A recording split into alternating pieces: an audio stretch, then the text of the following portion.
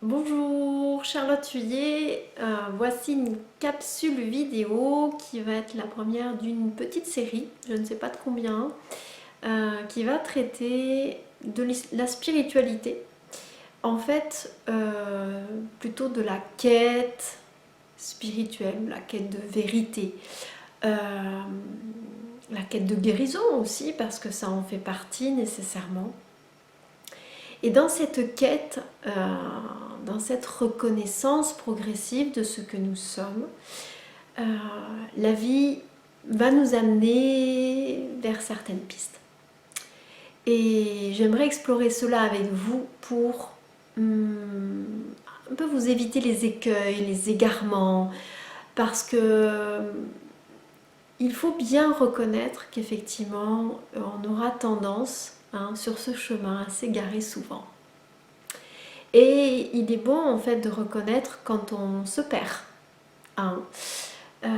Parce qu'il faut voir que l'ego a tôt fait en fait de s'approprier quelque chose que l'on croit avoir, que l'on croit détenir tout simplement à un moment donné, que ce soit un enseignement, une vérité ou même une sadhana, une manière des exercices que l'on va faire sur le chemin à un moment donné. Alors pour éviter de devenir ou de gonfler nos égos spirituels, d'éviter de se forger des fausses identités supplémentaires, parce que c'est pas le but de ce chemin-là, et bien voilà quelques capsules pour vous, en toute humilité. Je ne prétends pas détenir la vérité, mais d'essayer de vous aider à discerner certaines choses pour vous éviter peut-être les écueils dans lesquels moi-même j'ai pu tomber. Alors pour ceux qui ne me connaissent pas, je m'appelle Charlotte Huillet, je suis thérapeute depuis déjà quelques années. Ma spécialité c'est de libérer des mémoires, des fausses croyances, d'aller mettre le doigt en fait sur ce qui crie en vous, ce qui souffre, pour l'aider à se libérer, à se mettre en lumière. En fait, c'est ramener le sombre, l'inconscient, dans le conscient et de refaire unité avec qui on est vraiment. En fait, ce que nous sommes vraiment n'est pas divisé, mais avant de le voir pleinement, nous avons besoin de recréer conceptuellement cette unité pour progressivement glisser vers cette unité qui a toujours été et qui est là sous-jacente. Alors dans cette première capsule, j'aimerais que l'on parle du bien et du mal, de la fameuse dualité finalement. C'est un bon sujet pour débuter. Beaucoup de personnes qui s'acheminent vers cette vérité peuvent tomber dans l'écueil en fait de vouloir que le bien. Quand je dis que le bien, ça veut dire de croire qu'il y a l'idée d'un mal déjà. Et au-delà qu'il y ait l'idée d'un mal, c'est l'idée qu'il faut se prémunir aussi de ce mal. Donc, dès lors que je vais croire que je suis séparée de quelque chose d'autre qui vient me perturber, qui vient me chercher, qui vient me faire du mal, et bien effectivement on est en plein dans l'idée de dualité. Alors effectivement on est dans un monde où il y a cette réalité que je vais mettre entre guillemets des cinq sens, ce qui se déploie autour de cet organisme que nous associons à l'idée d'un moi, d'un individu qui effectivement en apparence est séparé du reste du monde. Je dis bien en apparence parce que dans ce que nous allons voir, nous verrons qu'effectivement elle est pas toujours de cette manière-là. et qu'il est possible de faire fi effectivement de cette idée de dualité, de séparation. Mais avant d'y arriver, c'est-à-dire avant de pleinement reconnaître ça en nous, parce que c'est bien d'avoir accès à ce concept, on va dire ça, mais tant que c'est pas vraiment reconnu ou vu vrai, ça n'agira pas en nous. Voilà, donc l'idée c'est que progressivement en fait la vie nous est conduite, soyez-en sûrs, mais effectivement quand on est sur ce chemin-là, on va avoir pléthore en fait de propositions qui vont s'offrir à nous pour répondre aux souffrances qui sont là, pour répondre à des interrogations, à des doutes, à un besoin d'expérience particulière qui vont nous faire goûter peut-être à cet amour inconditionnel que l'on cherche. Mais toutes ces choses en fait qui jalonnent notre chemin, elles n'ont qu'un but, c'est d'aller à la marche suivante la plupart du temps. C'est d'aller d'un concept à l'autre, d'en lâcher un pour en prendre un autre, qui va être peut-être plus épuré, qui va peut-être nous amener à lâcher certaines identités fausses. Hein. Donc, de voir qu'en fait, ce que l'on considère bien à un moment donné, c'est-à-dire une pratique, quoi que ce soit en fait, une routine, une manière de s'alimenter, que sais-je encore, c'est bien à ce moment donné. Mais il est possible qu'à un autre moment donné, la vie vous invite à lâcher ça. Tout simplement parce que, eh bien, il y a besoin de vous montrer qu'en fait, le bien et le mal, c'est tout relatif. C'est relatif à un instant T, c'est relatif à une expérience particulière, c'est relatif à tout un tas en fait d'éléments que nous ne contrôlons absolument pas. Et dès lors que l'on va considérer en fait quelque chose de bien ou quelque chose de mal, ah oui, moi on m'a dit de faire comme ci, ou moi on m'a dit de faire comme ça, ben, comme tu fais c'est mal, parce qu'en fait ceci ou cela, effectivement, on va s'enfermer dans des dogmes. Et ça c'est très dangereux, parce qu'effectivement, s'enfermer dans une seule manière de faire, ou une seule manière de voir, ou une seule manière d'être, ben, c'est limitant en réalité. Et c'est pas l'amour dans sa pleine expression. On ne peut pas le dire, effectivement, puisque les choses, elles ne sont pas manichéennes en réalité dans la vie. Elles évoluent, elles fluctuent, elles changent. Et cette invitation à la fluctuation, au changement, à l'évolution, elle est permanente. Ça veut dire que quelque chose qui est vrai à un moment donné ne le sera plus tard. Qu'est-ce que ça veut dire dans la pratique ? Ce qui est vrai à un instant T n'est peut-être plus vrai demain. Et que quelqu'un, par exemple, que l'on écoutait peut-être sur certaines chaînes YouTube à un moment donné, peut-être à un autre moment donné, on ne l'écoutera plus parce qu'il y a quelque chose dans le discours qui résonne plus en fait en nous. C'est bien le signe en fait qu'il y a une évolution, puis un changement en fait dans notre perception, dans ce que l'on croit vrai ou non. Hein. Et dans ce cru vrai ou non, c'est pareil, ça vient s'épurer. Donc il y a des choses qui nous parlaient à un moment donné et qui ne nous parlent plus aujourd'hui. Et c'est ok en fait, et c'est pleinement ok. Et l'invitation de voir que le bien et le mal, c'est relatif. C'est-à-dire que c'est vu depuis notre point de vue tellement bourré de filtres en fait, bourré de conditionnements, bourré de fausses idées, que ça peut pas être juste en réalité. Et quand je parle de juste, là on s'approche un peu plus de quelque chose de non-duel, c'est-à-dire que la vie, elle est toujours juste, dans le sens où elle vient amener exactement la bonne expérience au bon moment, toujours. Il y a une perfection qui n'est pas nécessairement pour l'individu dans ce que lui, il croit bien. C'est-à-dire, peut-être dans ce que je crois bien aujourd'hui, c'est trouver l'amour, fonder une famille, acheter une maison, je ne sais trop quoi, mais peut-être que ce que la vie, elle croit bien pour vous, c'est une vie de célibat, à l'autre bout du monde, à prier le Bouddha. On ne sait pas, en fait. Et si je vous dis ça, c'est peut-être un peu extrême comme exemple,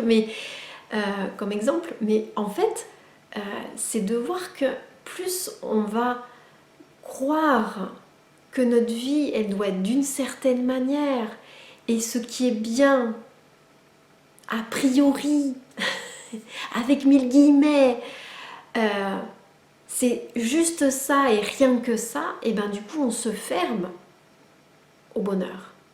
On se ferme à la paix, on se ferme à l'amour, on se ferme à plein de choses, parce qu'en réalité la vie, elle nous fait pulser l'amour, la paix, la joie de plein de manières différentes.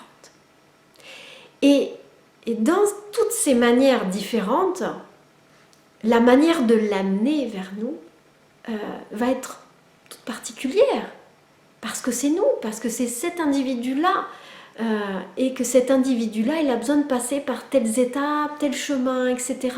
Et pour comprendre que finalement, la vie nous veut du bien, dans le fond. Mais pas le bien au sens commun. Pas le bien d'éviter la souffrance. Pas le bien de ne pas se confronter à nos peurs. Pas le bien de vivre des choses que super cool et pas confrontantes, en fait.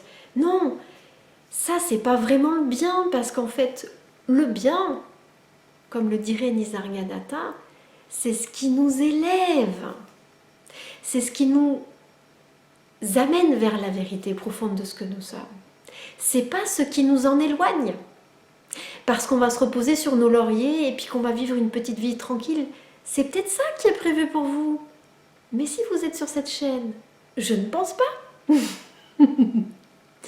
C'est-à-dire qu'il y aura des moments comme ça, mais ce ne sera pas forcément ce qui aura le plus.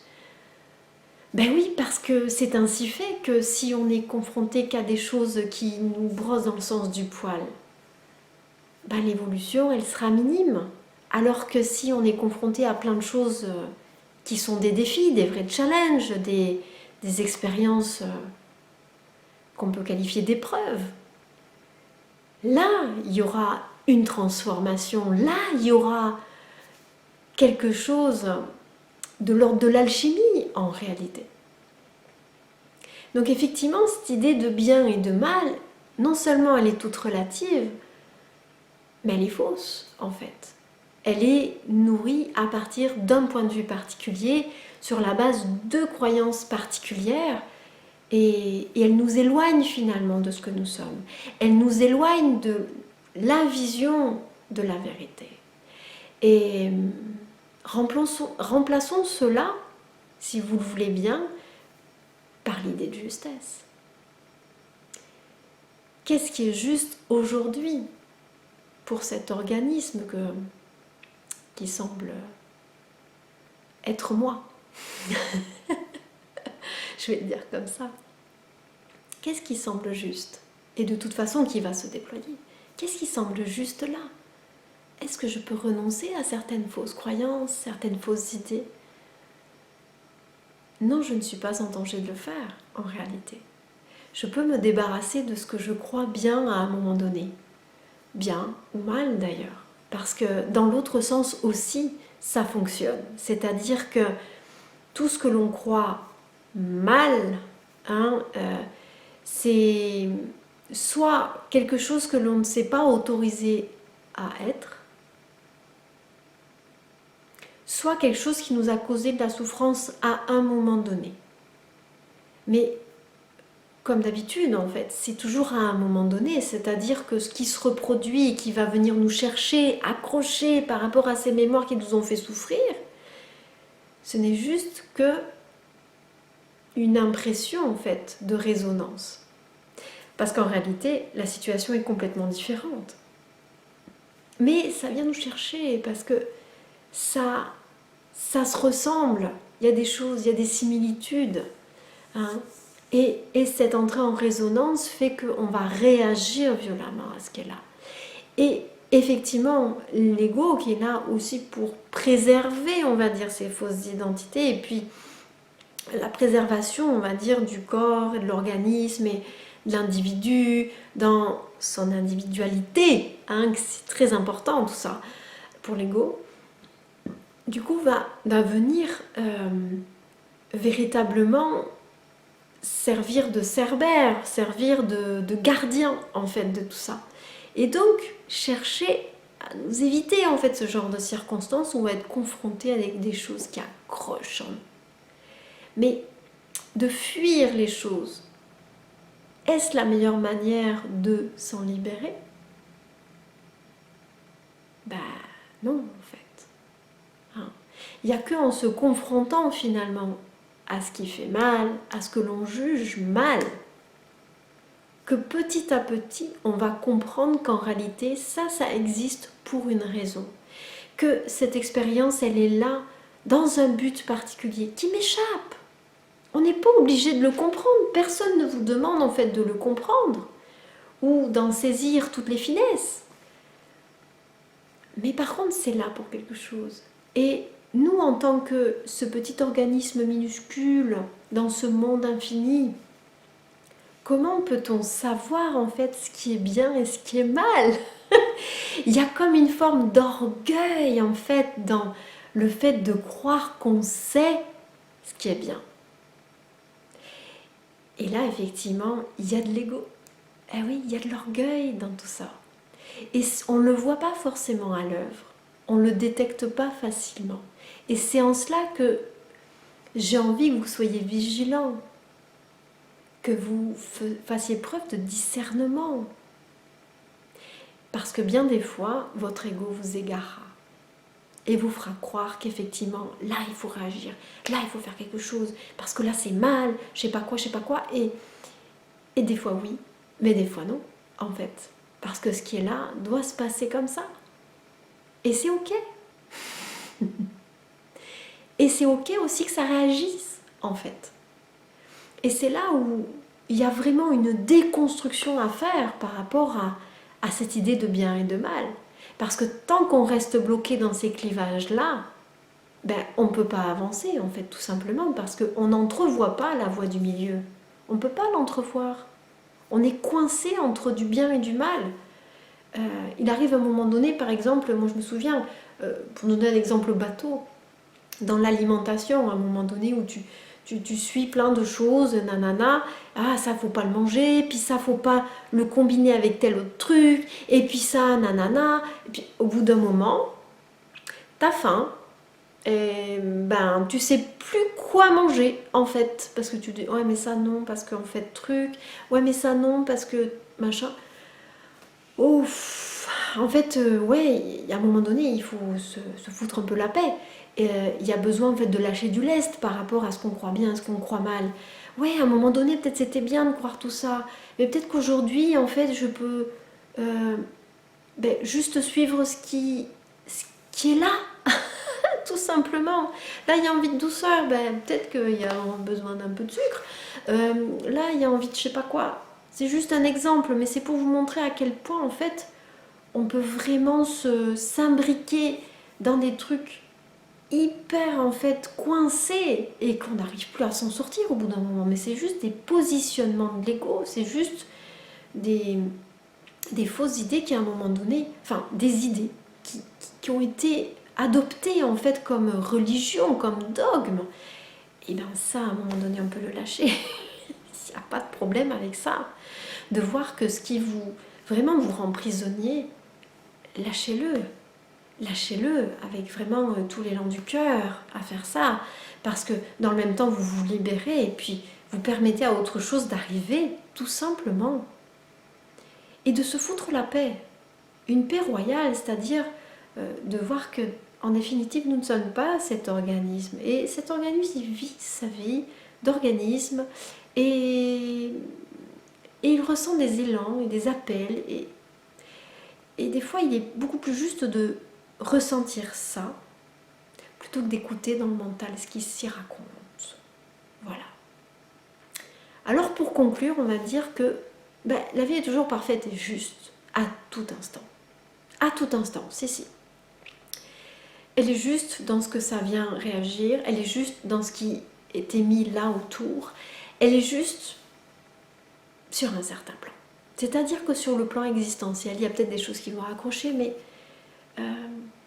on est là justement pour aller visiter ça, pour aller l'accueillir, pour finir par être bien avec ça, et plus en faire toute une histoire. Voilà. Sur ce, j'ai à cœur de vous lire, à cœur que vous me racontiez vos histoires aussi, de choses qui vous ont peut-être bloqué, des choses auxquelles vous avez cru longtemps et qui aujourd'hui ne vous servent plus. C'est des étapes sur le chemin et sachez vous en libérer tout simplement. Voilà. Je vous dis à très bientôt. Au revoir.